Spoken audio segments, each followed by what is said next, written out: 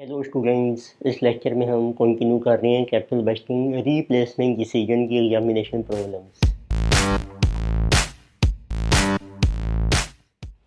उससे पहले आप अपने फार्मूले रिवाइज कर सकती हैं।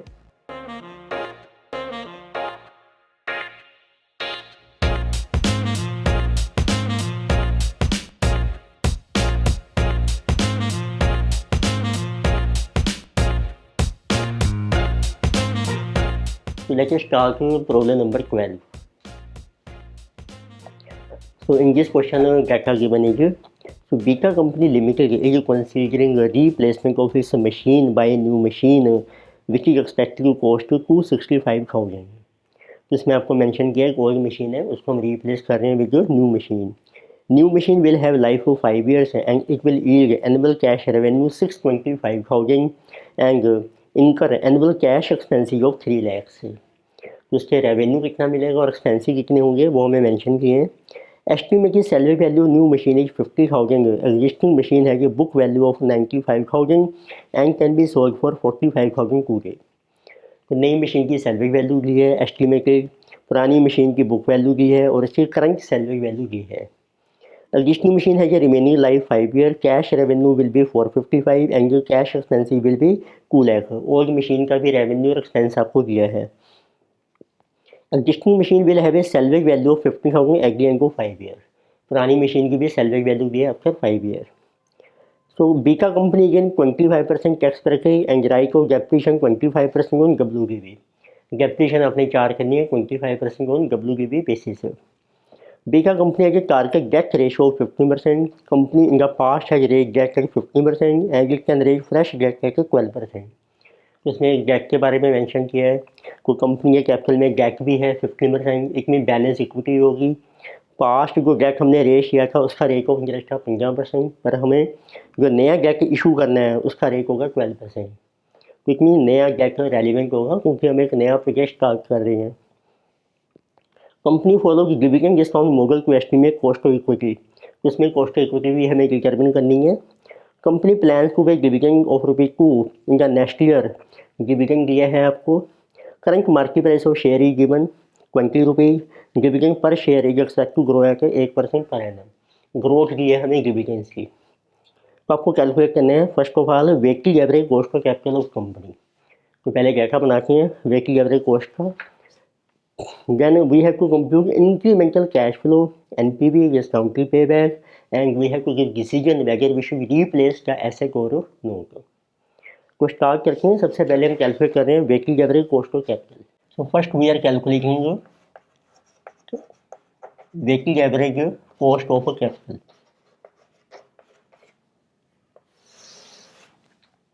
तो इसके लिए पहले कैलकुलेट करते हैं cost of debt. Cost of debt का फार्मूला क्या है, जो भी रेट ऑफ इंटरेस्ट है आपका, लाइफ हमें मेंशन नहीं की, इट मीन्स परपेचुअल डेट माना जाएगा इनटू 1 माइनस टैक्स रेट. तो डेट का जो रेट ऑफ इंटरेस्ट है 12% है. टैक्स रेट कंपनी का दिया है 25%. It means KG is 9%. Cost of equity में आपको डिविडेंड दे रखा है फ्यूचर का D1 divided by current market price of share plus growth. ये फार्मूला है हमारा कॉस्ट ऑफ इक्विटी का. डिविडेंड देखो आपको दिया है ₹2 अपॉन 20 प्लस ग्रोथ है आपकी 8%. तो this will be 18%. Now we can calculate cost of capital. Formula बन जाएगा cost of debt into weight of debt plus cost of equity into weight of equity. Cost of debt है आपकी 9%. फिर हमें दिया है कि जो डेट रेशो है, डेट रेशियो होती है डेट कितने परसेंट है टोटल कैपिटल में, जिससे 15%.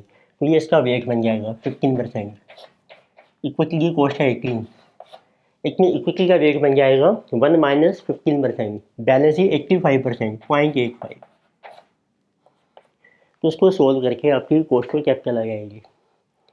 तो जिसे 9 into 0.15 and 18 into 0.85. This is 16.65%. अब ये आपका डिस्काउंट रेट बन जाएगा और मेजरमेंट ऑफ NPV. अब आपको कैलकुलेट करना है इंक्रीमेंटल कैश फ्लो. अब क्या बनाते हैं न्यू और ओल्ड एसेट का. देखिए आपके पास ओल्ड मशीन है और एक नई मशीन है. उनका डाटा दिया है। न्यू मशीन की कॉस्ट हमें दे रखी है। So cost of new machine is 265। उसकी लाइफ आपको दी है 5 साल की। सेल्वेज वैल्यू मिलेगी आपको आफ्टर 5 ईयर, तो जिसे जो गिवन 50,000। फिर पुरानी मशीन की दी है WPV, which also called book value in zero period. इसकी प्रेजेंट स्क्रैप भी आपको दी है। तो उसकी जो WPV है जिसे जो गिवन को भी 95,000।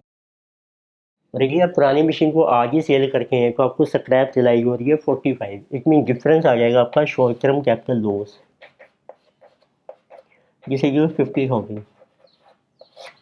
फिर दोनों मशीन के रेवेन्यू दिए हैं, कैश एक्सपेंसेस आपको दिए हैं।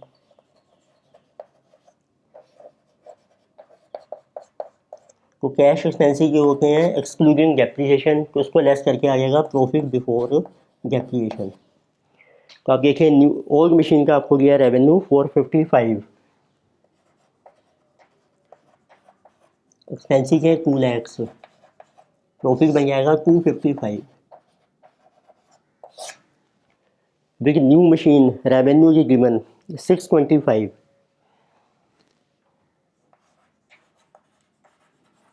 और इसके एक्सपेंसिव आपको दिए हैं जिसे कि 3 लाख। उसका प्रॉफिट आ जाएगा 325। अब हम अप्लाई कर रहे हैं इंक्रीमेंटल अप्रोच कि न्यू को हमने ओल्ड से कंपेयर करना है। Then what will be our initial cash outflow and annual cash inflow. Discount rate है इसको हम मेंशन कर लेते हैं, आर इज अवर 16.65%। उसके लिए सबसे पहले कैलकुलेट करते हैं initial cash outflow.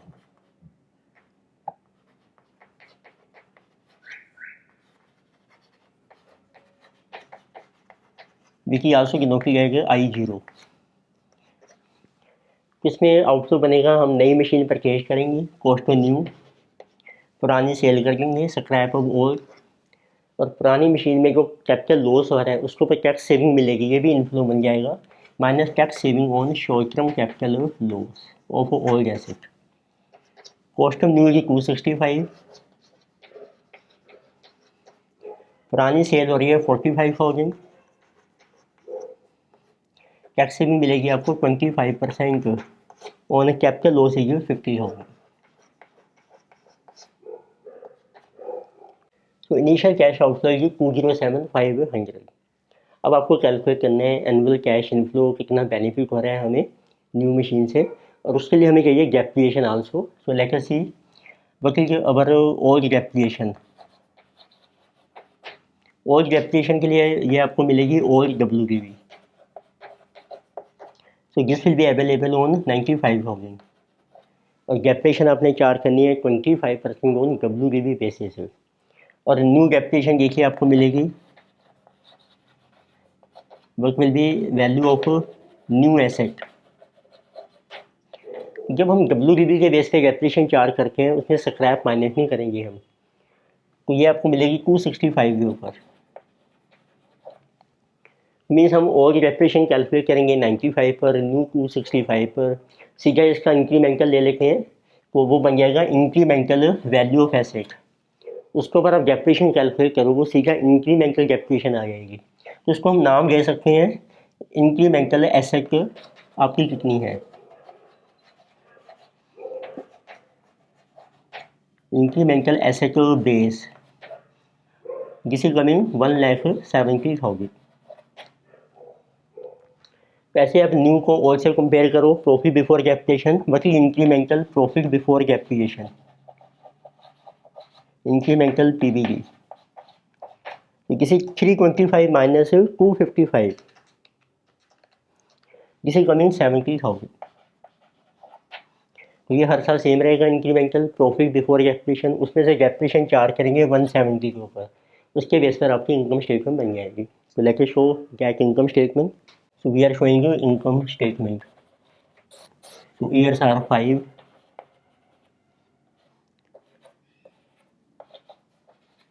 What should I do? What is the profit before depreciation? So profit before depreciation we have calculated 70,000, which is incremental. every year it is same.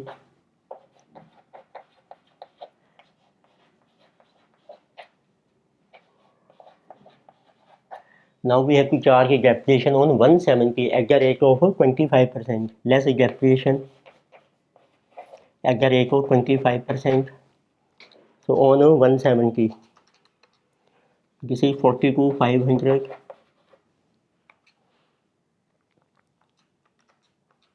31,875. This is 23,906. This is 17,930. This is 13,447. तो इसको less करके आपको मिलेगा balance होगी WBV at end of 5th year, तो वो भी mention कर रखे हैं WBV आफ्टर 5 ईयर.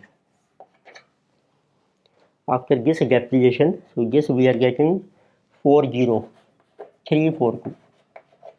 इसको यूज करेंगे to calculate terminal cash inflow.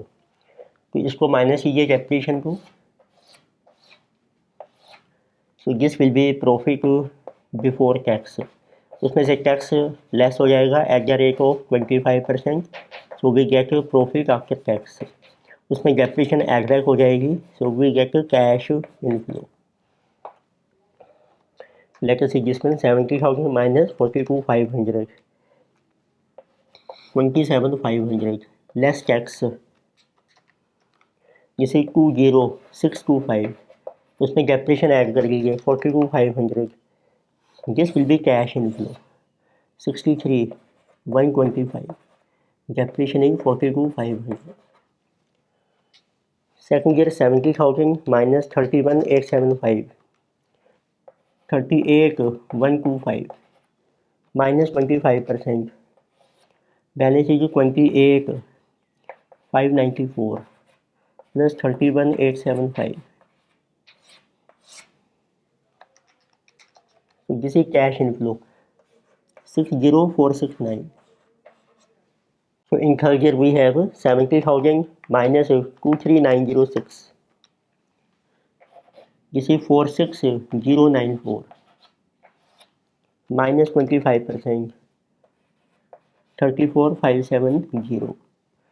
So plus 23,906.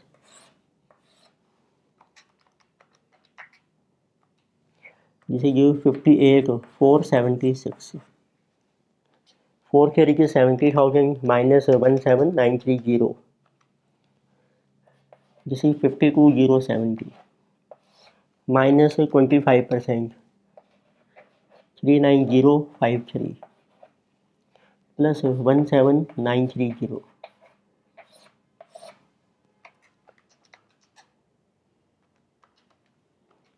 So cash inflow is 56,983. And in fifth year it is 70,000 minus 13,447. 56,553. So minus 25%. This is 42,415 plus 13,447.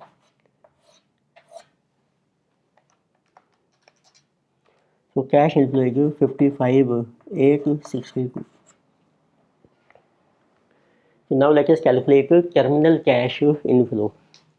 तो आपने देखा इंक्रीमेंटल WBV, ये इंक्रीमेंटल चल रहा है सारा. आपके पास WBV है आफ्टर 5 ईयर. जैसे 40,342.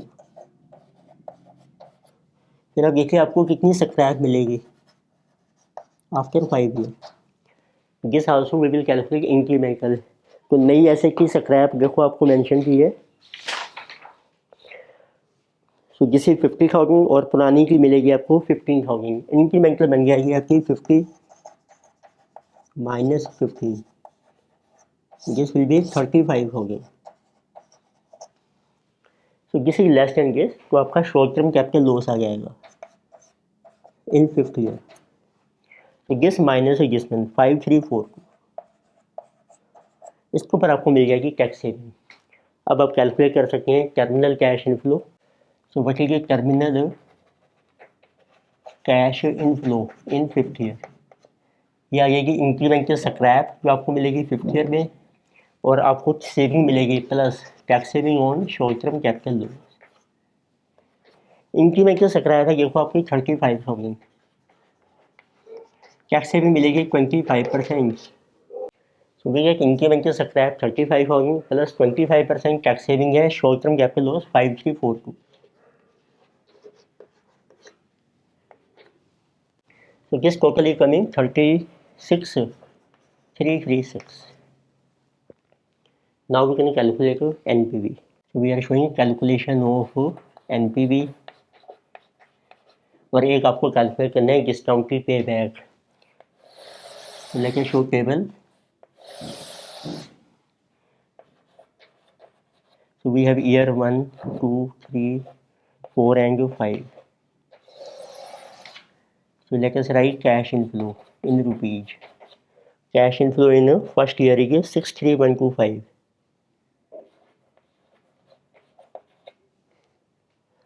यानी कि 60,469, यानी कि 58,476।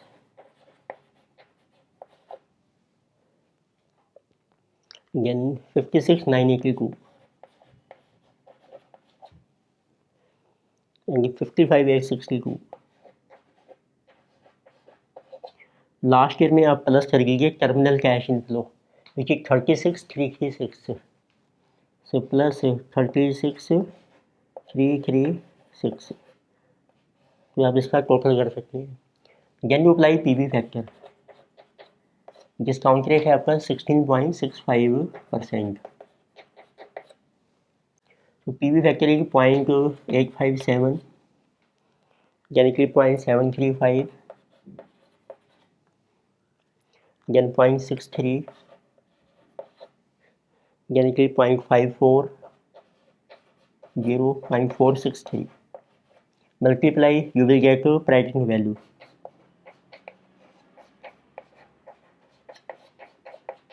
और आपको डिस्काउंटेड पेबैक भी कैलकुलेट करना है, तो उसके लिए हमें चाहिए क्यूमुलेटिव प्राइसिंग वैल्यू। तो let us right pricing value of cash inflow, this is in rupees. So pricing value for 1 by 1 item it is coming 54,098, second बनेगी 44,445, यानी कि 36,840, multiply cash inflow bye PV factor से 30,770, यानी कि 42,688। तो what is total pricing की value 208,841।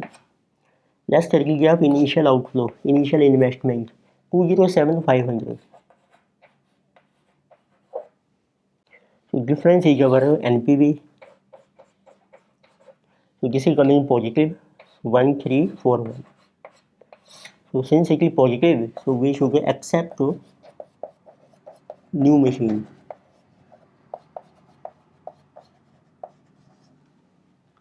Next हमें calculate करना है डिस्काउंटेड पेबैक, उसके लिए हमें चाहिए cumulative pricing value of cash inflow. तो let us show one column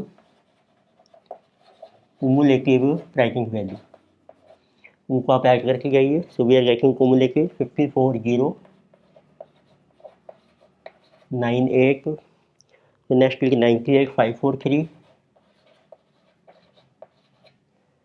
so next is 135,383,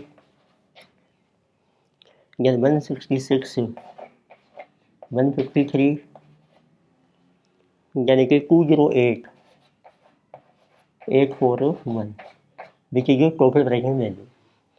तो डिस्काउंटेड पेबैक के लिए आपको अपनी इन्वेस्टमेंट रिकवर करनी है 207, so it will be recovered in between this and this cash inflow. So now you apply formula of discounted payback. Discounted payback period minimum आपको चाहिए 4 years, जिसमें रिकवरी है 166, और आपको टोटल रिकवरी करनी है इन्वेस्टमेंट 207,500, इसमें से माइनस कीजिए 166,153, ये रिकवर हो गए हमारे 4th ईयर में। और बैलेंस हम रिकवर करेंगे present value of next year cash inflow which is 42,688 और इनका टाइम गैप है 4 to 5 का 1 year. This is unitary method to recover 42,688 we require 1 year to recover this much difference how much time is required. So this we get a discounted payback period. This is 207 500 minus 166 153 divided by 42 688. So this is coming 4 plus 0.9685 और 86 we can say. So round off कर सकते हैं, this is 4.97 years. तो आप देखेंगे 207 जो है recover हो रहा है अप्रोक्सीमेटली 208 सेम है, तो it means end of 5th year almost. तो this is 4.97 year discounted pay back. Next लेके सी प्रॉब्लम 13। तो इस क्वेश्चन में देखिए आपको डाटा मेंशन किया है, company has received an offer for purchase of a new machine in replacement of existing machine. तो हमने पुरानी मशीन को रिप्लेस करना है with new machine. The cost of new machine will be 30 lakhs. Supplier has offered to take the existing machine at 4 lakh. New machine will have an expected life of 5 years, after which it will fetch a salvage value of 3 lakhs. तो new machine का data दिया है, पुरानी machine की आपको दे दी है स्क्रैप वैल्यू। करंटली का company generate sales revenue 40 lakh per annum and earn से कॉन्ट्रीब्यूशन ऑफ 40% ऑफ सेल। जो ओल्ड मशीन सेल्स आपको दिए हैं, कॉन्ट्रीब्यूशन दिया है। New machine will reduce the unit variable cost by 20% and increase the output by 20%. New machine से output increase होगा, variable cost आपकी रिड्यूस होगी। Extra output can be sold. The revenue cash flow may be consider at the end of each year. Company's after cash cost capital 14%, discount rate है 14%। Based on NPV criteria advise whether proposal is acceptable, ignore taxation. Taxation आपने ignore करना है नहीं, कुछ में depreciation का कोई use नहीं है। अब देखिए आपको पास ओल्ड मशीन का डाटा है और एक न्यू मशीन का डाटा है। तो सबसे पहले आपको न्यू मशीन की कॉस्ट ली है, तो रुपीज़ हम ले लेते हैं लैक्स में। तो रुपीज़ लैक्स में है, cost of new machine is given जिसे कि 30 लैक्स। सप्लायर है और जो पुरानी मशीन है ये आपकी सेल हो जाएगी 4 लैक्स में, और न्यू मशीन की लाइफ है आपकी 5 year, life is 5 year. Scrap आपको मिलेगी आफ्टर 5 ईयर, तो जिसे ये 3 लैक्स। पुरानी मशीन की आपको दी है सेल वैल्यू 0 पीरियड में, सो this will B sold eight 4 lakh. तो उसके बेस पर आप कैलकुलेशन कर सकते हैं बल्कि initial cash outflow, initial cash outflow. तो टैक्स रेट हमें मेंशन नहीं किया, इग्नोर करना है, क्योंकि में जो कैपिटल गेन या लॉस होगा पुरानी मशीन का उसका भी टैक्स इग्नोर हो जाएगा। तो initial cash outflow you cost new minus scrap of old, जिसे 30 माइनस 4 26 लाख रुपीज़ आपके लैक्स में चल रहे हैं। तो नेक्स्ट आपको कैलकुलेट करना है कितना इनफ्लो होगा हमारा, उसके लिए बनाते हैं income statement.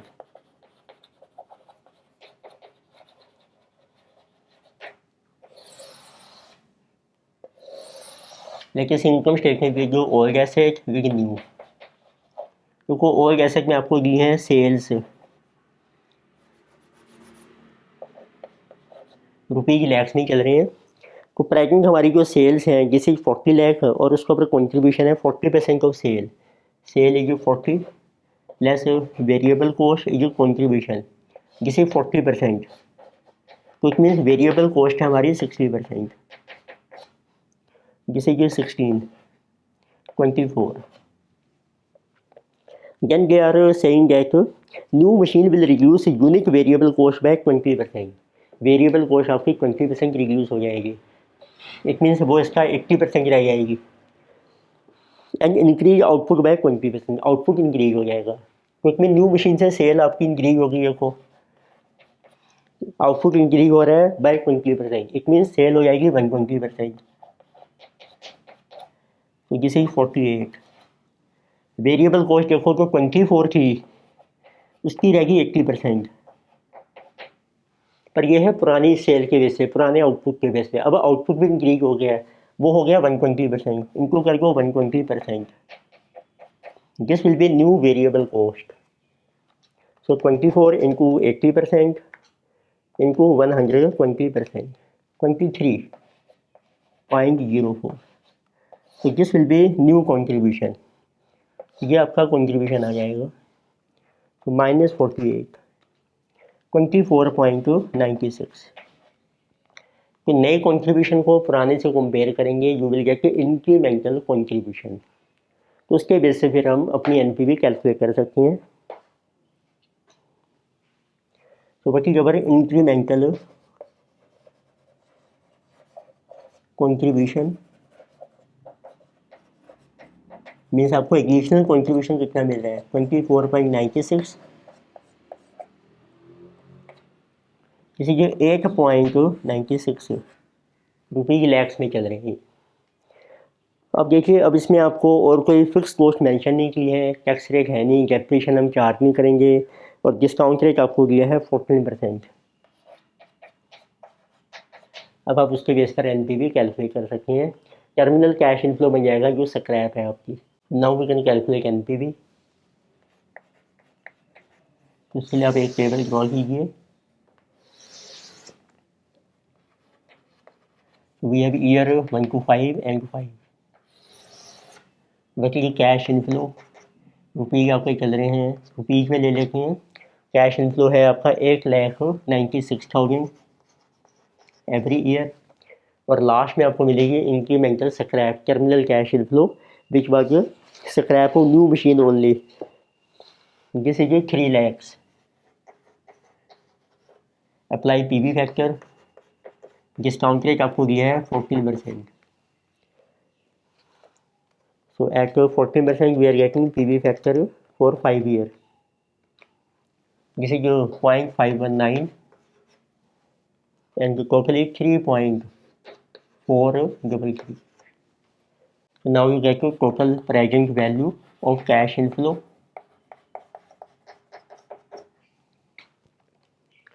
So this is coming 896,000 into 3.433 and 3 lakhs into 0.519.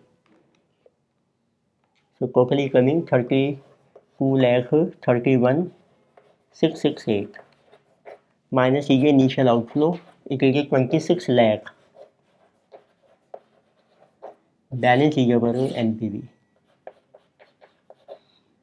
631,668. So this is positive, so we should accept a new machine.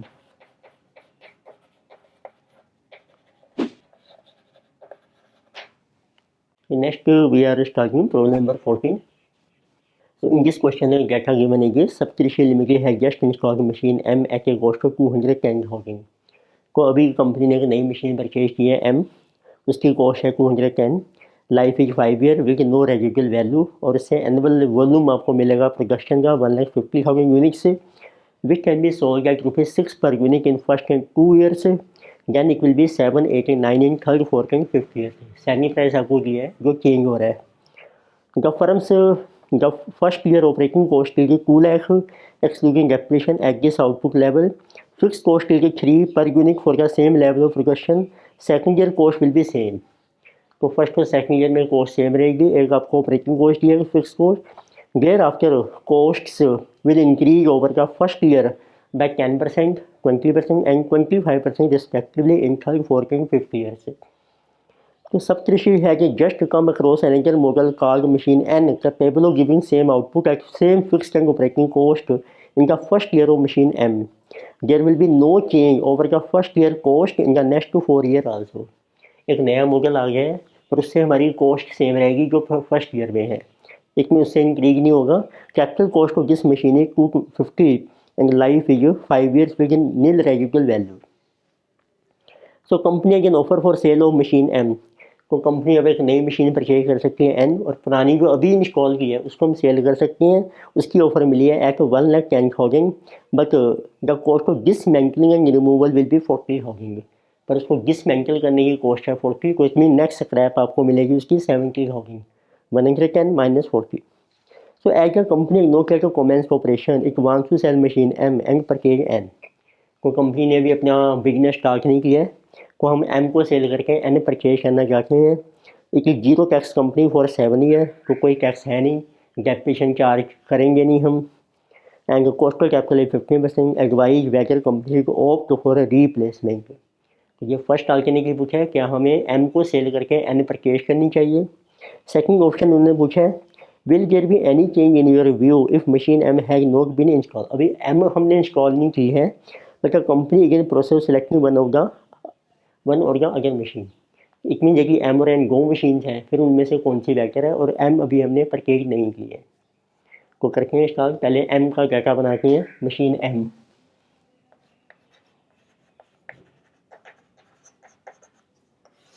इसकी देखो कॉस्ट हमें दे रखी है, तो आपने इंस्टॉल कर लिए 210,000। तो इसकी लाइफ है 5 साल की। तो इसके बेस पर आपको सेल्स मिलेंगे यूनिट्स पर एनम, जो वॉल्यूम है 1,50,000 यूनिट्स। तो इसका क्या क्या किया है हमें आने वाले 5 सालों का। तो first year, second, third, fourth and fifth, बाकी की सेलिंग प्राइस पर यूनिट ये आपको मेंशन किया है 6 रुपीज़ फर्स्ट 2 ईयर्स में, यानी कि 7, 8 एंड 9। तो इसके बेस पर आपकी सेल्स आ जाएंगी। फिर आपको दी ऑपरेटिंग कॉस्ट से, इतनी ये होगी वेरिएबल, और एक आपको दी है फिक्स्ड कॉस्ट से। तो फर्स्ट ईयर में ये आपकी बन रही है operating cost are 2 lakhs at this output level, और फिक्स कॉस्ट है ₹3 पर यूनिट। तो 3 इंटू 150, तो फिक्स कॉस्ट है 3, ये बन गई 4.5। ये सेम रहेंगी पहले 2 साल। उसके बाद मैंने मेंशन किया कि ये इंक्रीज हो जाएंगी ओवर का फर्स्ट ईयर कॉस्ट। पहले ईयर में जो कॉस्ट है उसके कंपेरेटिवली 10%, तो इसमें 10% ऐड कर दीजिए। इट मीन जो टोटल बन रही है आपकी 7.5 ये। तो 7.5 में 10% ऐड कर लीजिए आप, ये थर्ड ईयर की कॉस्ट बन जाएगी 8.25। ये मैंने लिए हैं लैक्स में, रुपीज आपकी चल रही हैं लैक्स में। इनको यूनिट से मल्टीप्लाई किया हमने 1.5 लाख। अब फोर्थ ईयर में, फर्स्ट ईयर में जो कॉस्ट थी उसका 20% बढ़ जाएगी, इसमें 7.5 प्लस 20%, ये 9 हो जाएगी। और फिफ्थ ईयर में आपकी 25% इंक्रीज हो जाएगी, 7.5 प्लस 25%, 9.375 सेल्स आ जाएंगी आपकी। तो जब आप नई मशीन परचेज करेंगे एन, तो आप देखिए अब आपको डाटा दिया है मशीन एन का, उसकी कॉस्ट आपको पड़ेगी, दैट इज गिवन, कॉस्ट लीजिए 250, लाइफ इज आल्सो 5 ईयर, और इसकी भी कोई स्क्रैप नहीं मिलेगी 5 साल के बाद। बट इस केस में क्या होगा, इसमें हमारी जो ऑपरेटिंग कॉस्ट है वो सेम रहेंगी, सेलिंग प्राइस भी सेम रहेगा, सेल्स सेम रहेंगी। इट मीन्स ये जो टोटल कॉस्ट है आपकी, इट विल बी सेम जो फर्स्ट ईयर में है। तो 7.5 ही चलती रहेंगी इसमें। भाई ये बेनिफिट है आपको इस मशीन का। इट मीन यदि आप मशीन एन परचेज करते हैं और एम को सेल कर देते हैं, तो हमें सेविंग होगी कॉस्ट में third year, fourth year, fifth year में। बट तो पुरानी मशीन आपकी अब सेल हो जाएगी 110 माइनस 40,000 हमें एक्सपेंस पड़ेगा। तो what will be sale value of M, net sale, this will be 110 minus 40, this will be 70,000। आपको नेट रिलाई होगा। तो अब देखिए फर्स्ट केस में, देखिए आपने एम ऑलरेडी परचेज कर ली है, इट मीन्स ये जो कॉस्ट है 210 ये हम ऑलरेडी इनकर कर चुके हैं, ये बन जाएगी संक कॉस्ट। बस अब आप जब एन परचेज करेंगे तो उसको एम को हम सेल कर देंगे, तो इनिशियल आउटफ्लो आएगा आपका I0, cost of new machine minus cell of old, 250 minus 70,000, 1,80,000। तो 180 हमारा आउटफ्लो बन जाएगा। अब आप इनकम स्टेटमेंट बना लीजिए, टैक्स आपको मेंशन नहीं किया है, तो आपकी सेविंग्स कितनी होंगी, सेविंग्स होंगी सिर्फ थर्ड, फोर्थ और फिफ्थ ईयर में। उसकी प्रेजेंट वैल्यू कैलकुलेट कीजिए। तो अब आप कैलकुलेट कीजिए NPV। तो year 1, 2, 3, 4 and 5, what will be cash inflow that is equal to savings. कोई टैक्स है नहीं, डेप्रिसिएशन चार्ज करने की जरूरत नहीं है आपको। तो आपकी जो सेविंग्स आई हैं कैश इनफ्लो जिस माइनस जिस में, तो आपकी जो सेविंग्स स्टार्ट हो रही हैं थर्ड ईयर से स्टार्ट हो रही हैं, जिससे कि 75,000 इन थर्ड ईयर, और फोर्थ ईयर में है आपकी सेविंग 1,50,000। फिफ्थ ईयर में है गिस माइनस गिस मैच 9.375 माइनस 7.5, जिसे 187,500। तो इसकी कैलकुलेट कीजिए आप present value, PV factor. Discount rate देखो आपको मेंशन किया है 15%। तो PV factor at 15% we have 0.87, 0.756, 0.658, 0.572 and 0.497। So you get the total present value. Multiply कीजिए, so you will get the total present value of cash inflow 75,000 into 0.658. So 1,50,000 into 0.572. Then 187,500 times 0.497. So total is coming 228,338 minus कीजिए initial outflow. Initial outflow है 180। तो NPV है positive 48,338, this is our NPV. So since it is positive so we should accept machine N. तो आपका decision आ जाएगा accept machine N. फिर उन्होंने इसी क्वेश्चन में सेकंड पार्ट पूछा है what will be your decision if M has not been install. अब आपके पास चॉइस है, या तो आप एम को इंस्टॉल कीजिए या फिर एन को इंस्टॉल कीजिए। उससे क्या डिफरेंस आएगा, सिर्फ आउटफ्लो में डिफरेंस आएगा। तो आप देखिए, तो सेकंड केस में what will B initial outflow. तो यदि आप एन परचेज करते हैं, एन की कॉस्ट है 250, और यदि आप एम करते हैं तो उसकी है 210। एम अभी हमने परचेज नहीं की है, तो इट मीन्स तो आपका आउटफ्लो होगा incremental 250 minus 210, this will be 40,000। और सेविंग्स आपकी सेम रहेंगी, तो प्रेजेंट वैल्यू सेम रहेगी आपकी जिसमें। तो what will be total present value of savings with N machine, this will be 228,338 minus initial outflow 40,000. So NPV is still positive but it is higher 188,338. So still we will accept the machine N because it gives higher NPV which is positive. इस lecture में हमने discuss की कुछ examination problems of replacement decision. Further problems continue करेंगे next lecture में। Thank you.